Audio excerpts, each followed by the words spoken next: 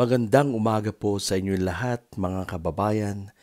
Tayo po'y nagbabalik para sa isang reaksyon. Maigsi lang po ito.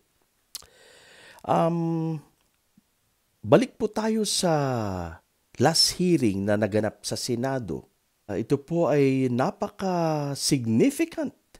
Marami pong mga pag-aamin at pag-aangkin ng responsibilidad si dating Pangulong Digong Duterte. Initially po, I find it useless itong hearing na to. Dahil nga po, siguro ang focus po natin, tayo po'y nawalan ng gana dahil nga po sa pagpapatakbo ng hearing na halos lahat ng mga senador ay sila na mismo ang nagkontrol sa takbo ng hearing. Kaya nawalan ako ng gana doon. At yun ang aking reaksyon na ito ay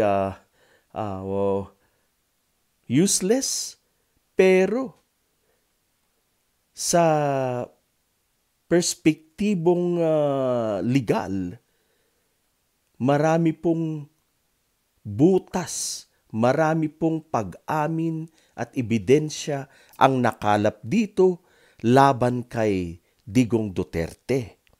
Yan. Hindi po tayo abogado, kaya I'm trying to review at pinapakinggan ko rin ng mga opinyon at ideas ng mga matatalinong mga abogado. At yun nga po, at majority ang nagsasabing ito ay maaring magamit na ebidensya laban kay former President Digong. Yan. Sa ngayon po, marami pong mga paglilinis ang ginagawa ng kampo po ng Duterte, lalo na po sila Bato de la Rosa, Sal Panelo, yan. Siya po ang the cleaner, tagapaglinis. Matapos po itong investigasyon po na ito dahil mas lalong nalagay sa alanganin ang kanilang idolo, ang kanilang poon na si Digong Duterte. Yan. So yan, paulit-ulit niya po na inamin at inangkin ang responsibilidad sa patayang dala ng peking giyera kontra sa droga. Yan po. At talagang hindi po siya nagsisisi. Kitang-kita po sa tono ng kanyang pananalita that he doesn't have regrets sa mga patayan. At hindi nga daw po siya mag-apologize sa mga pamilya ng biktima. Alam niyo po mga kababayan, ito po ay grabe dahil pati mga bata nasama. Nasama po mga bata, mga ilang taon gulang, merong 1-year-old, napakababata at nasama po sa giyera na ito na hindi naman dapat pinaabot sa ganitong madugong giyera kontra sa droga. Dapat, mga kababayan, ginamitan ng tamang approach, hindi ang pagpatay. Mga kababayan, hindi nag-iba ang kanyang tindig, ang tindig ng dating Pangulo o ang kanyang stance.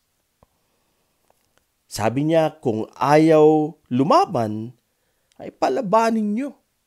Sabi niya, kung hahayaan na hindi gagawan ng, sabihin na natin, hindi ililiquidate or hindi iti-terminate, gagawa na naman daw po ng kaso, kaya mas maganda lang na patahimikin na lang.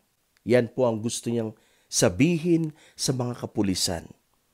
At pinalalabas po niya na siya po ay he's so caring sa mga policemen that he takes responsibility. Yan.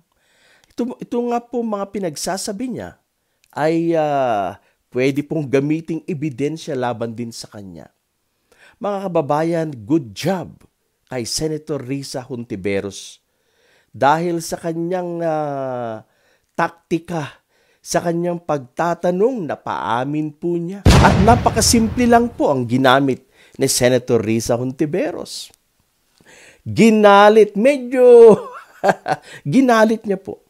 Ginalit niya ang Pangulo by way of her interrogation at naasar, gaya po ng kanyang anak na si Inday Sara, madali po silang maasar. So, nasa dugo po ng mga Duterte yan. Madaling maasar, mainitin ang ulo, high blood, kaya na high blood. At sa kanyang pagkaka-high blood, dyan po lumabas mismo sa kanyang bunganga, sa kanyang bibig ang pag-amin sa mga karumal-dumal na patayan at he was taking responsibility. Sabi niya, legally, minention din niya, I'm taking full responsibility legally. Kaya hindi po siya makakatakas dito. Sal Panelo, wag mo sabihin he was only making fun or kidding. No, hindi po siya nagjo-joke. Dahil siya po ay nanumpa na wala po siyang sasabihin kundi ang pawang katotohanan. Yan po. Kaya walang lusot, walang kalusot-lusot dito. Si dating Pangulong Digong, siya po ay haharap. Sigurado po yan. Mas lumakas ang kaso laban sa kanya dahil sa kanyang pagharap sa Senado. Maraming salamat, Senator Bato, na binigyan mo ng tsansa na makadalo sa Senado ang former president. Dahil kung hindi po siya dumalo, mahina pa ang kaso. Although, marami na po mga nagtistigo, nagsalita laban sa kanya. Pero ito pong huli, ito po ang pinakamalakas na nagpapatunay na siya nga po ang mastermind, ang ulo sa peking war on drugs na to. Kaya siya po ang dapat singilin, ang dapat sisihin dito. Sa mga kapamilya po na mga namatayan, sa mga pamilya ng biktima, may nakikita na po tayong liwanag dito. Sana makamit po natin ang hustisya, na sana makamit po natin ang katarungan para sa inyong mga kaanak na pinaslang at kinitil ang buhay. Nakikiisa po kami sa inyo. Alright, ano pa ba? Si Senator De Lima naman, dumako tayo kay Senator De Lima. Ibang-iba po si Senator De Lima kay Digong Duterte. Nandun din si Senator De Lima na isa ring biktima. Biktima po dahil siya po ay inakusahan na involved po siya sa trade na ito. Masamang trade. Sa pinagbabawal na gamot ng mga gawa-gawang kaso at ginamitan po siya ng mga preso nagsalita laban sa kanya. Alam niyo po, si Kerwin Espinosa, umamin na siya po ay pre-pressure, kinuurs ni Bato de la Rosa para isangkot si Leila De Lima. Yan. Maliwanag po yan, kaya kahit po itong si Senator Bato, walang ligtas po dito, sangkot. Sangkot din po itong si Senator Calvo. Alright. Si Senator De Lima po, iba po ang kanyang approach. Ito po ay makatao at tama lang. Sabi niya, kung hindi po ako nagkakamali, we can destroy drugs, but not lives. Yan. Alam niyo mga kababayan, sagrado ang buhay ng tao.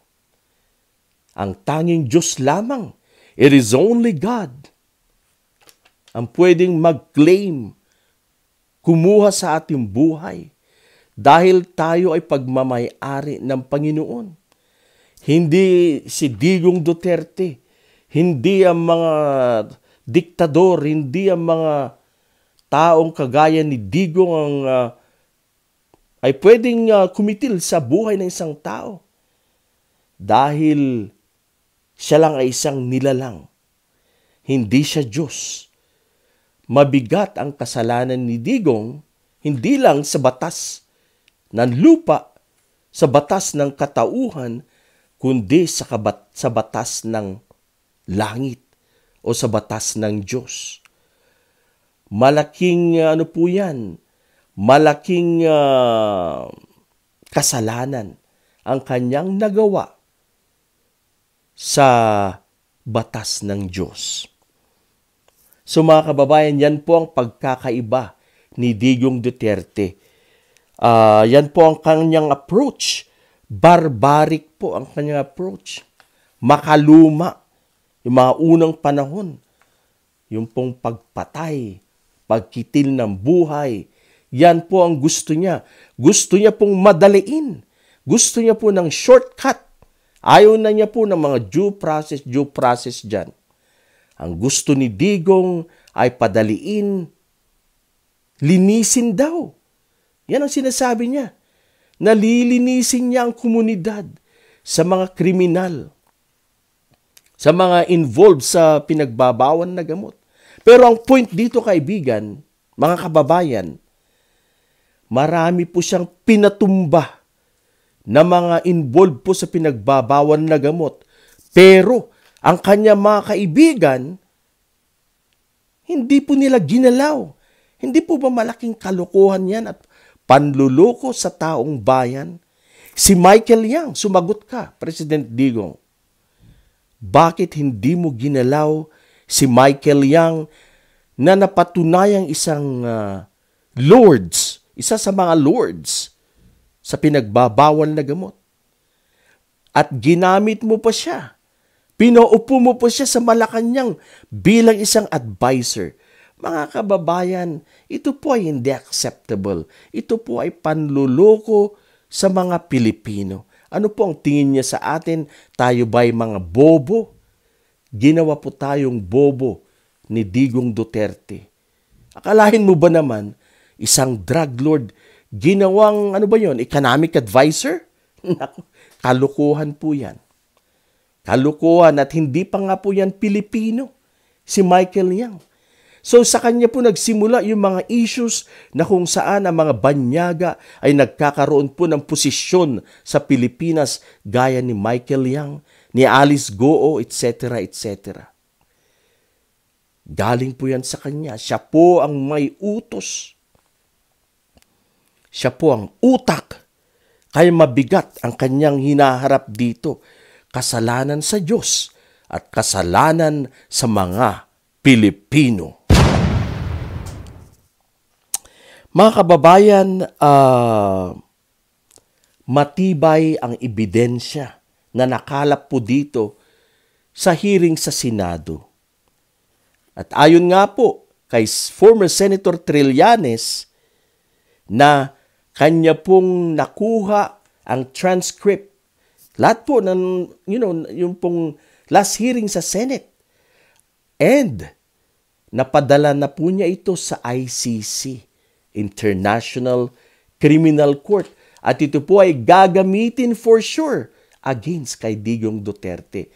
Pag nagsimula na po ang hearing sa The Hague, the Netherlands. Yan. Okay po yan. Napakaganda. Maraming salamat. Saludo tayo kay former Senator Trillanes. Dahil ito po ay pagmamahal sa bayan.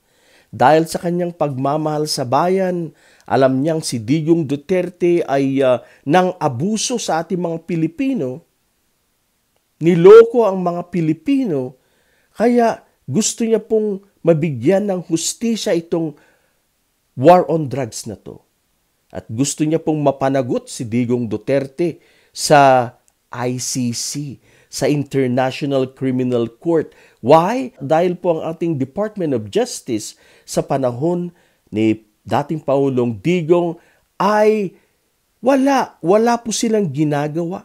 Dahil nga po takot sila.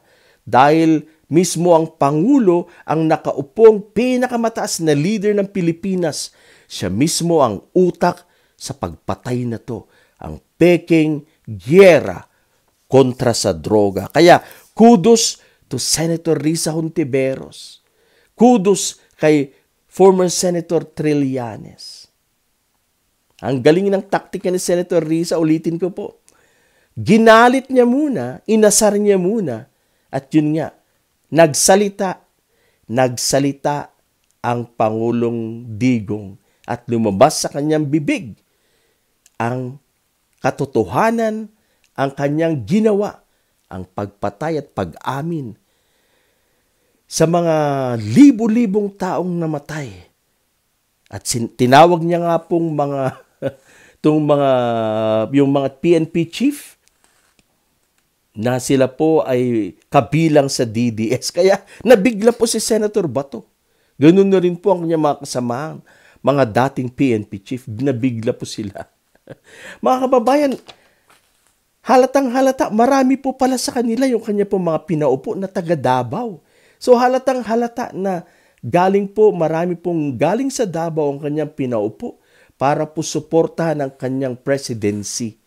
Para kung kahit gumagawa po siya ng illegal, ay hahayaan na lang po nila. Ikukonsinti na lang po nila ang kanyang mga pinaggagawa. Malinis po yan. Kaya tignan nyo po, puro mga taga Davao, karamihan sa kanila ay mga taga Davao, gaya po ni Danao. Hindi ko po alam lugar po nila yan sa Davao. Kaya mga kababayan, malaking ebidensya, malakas na ebidensya laban sa kanya. Kaya mukhang meron pong may magpapasko po sa the Netherlands. Alam naman po natin na ang Pasko sa the Netherlands ay malamig dahil meron pong snow.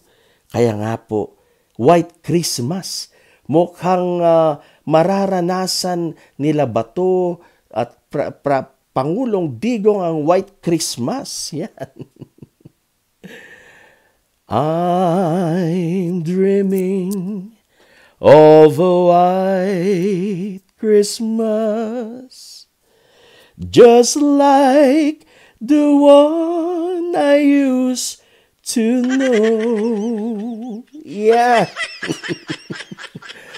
Mga kababayan, mukhang meron pong magpapasko, White Christmas sa The Hague. So nalalapit na po ang trial sa The Hague. At mukhang may isiship po ang dating Pangulo. Mukhang mangyayari po ito na masiship siya sa The Hague. At siguradong malungkot ang mga DDS dito dahil mukhang mabibigyan po ng hustisya ang mga biktima ng peking gyera kontra sa droga. Mga kababayan, suportahan po natin ang move na to ng ICC. Dapat po nating suportahan dahil ang bayan po natin marami pong mga hindi ka nais-nais, mga kalukuhan, pwedeng bayaran ng hustisya, kaya hindi po gumagana gaano sa ating bayan. Ngayon at least medyo meron na rin, pero hindi po 100% na walang control si Digong dyan. Meron pa rin po siyang mga connection dyan sa loob. Kaya mas maganda na lang na gawin natin ito sa labas ng Pilipinas para malinis. Wala po silang control, hands off po ang mga kadikit ni Digong, wala po silang magagawa dyan. Alam naman po natin na mga puti ay patas magtrabaho. Patas po, neutral, wala po silang kinikilingan. Kaya para po sa akin, agree ako na gawin na rin ito sa labas. Gusto po natin ng hustisya. Yan po ang ating pinagsisigawan. Alright mga kababayan, magandang umaga po sa inyong lahat. Maraming salamat.